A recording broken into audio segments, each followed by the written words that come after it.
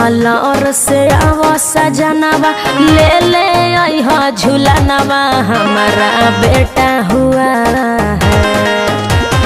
बेंगलोर से आवा सजनवा ले ले आई हो झूलनवा हमारा बेटा हुआ है। हमारा बेटा हुआ है। जल्दी आवना सजनवा हमारा बेटा हुआ है। दोनों मिल के झूलनवा झूलाइब हमारा बेटा हुआ है। कि आजा के टिकट करा बतानी बाजार में खरीदब झूलनवा काल्हे आबातानी हो।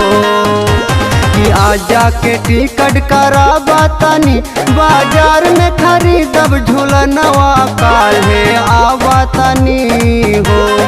काल्हे आवातानी हो। रखिया आपने धनवा काल्हे आवातानी हो।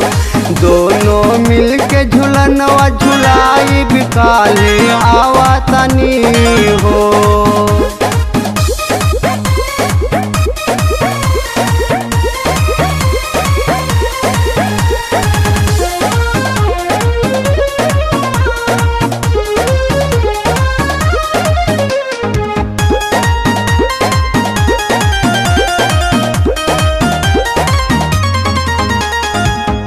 बन गई पापा तू तो बन गैलू मामी।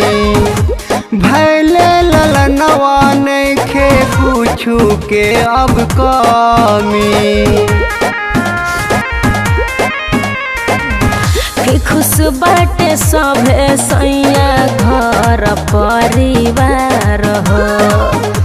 पूरा हो गइल आज सपना हमार हो। कि सासू अनधन सासू लुटाओ सोहर ननद गावेली अंगनवा हमार बेटा हुआ है। कि सासू अनधन सासू लुटाओ सोहर ननद गावेली अंगनवा हमारा बेटा हुआ है।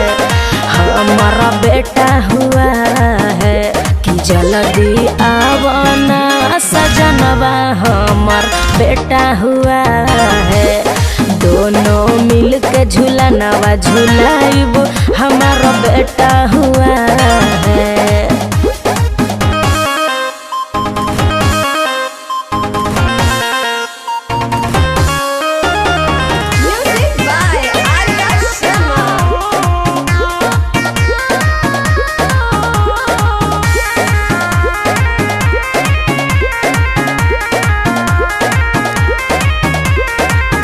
सुन ले बनी खबर तब से बनी परेशान हो। आबे खातिर घर अब बेचैन बाटे मान हो।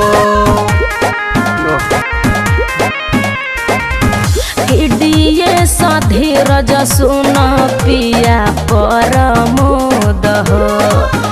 तोहरा से बाटे सैया इहे अनुरोध हो।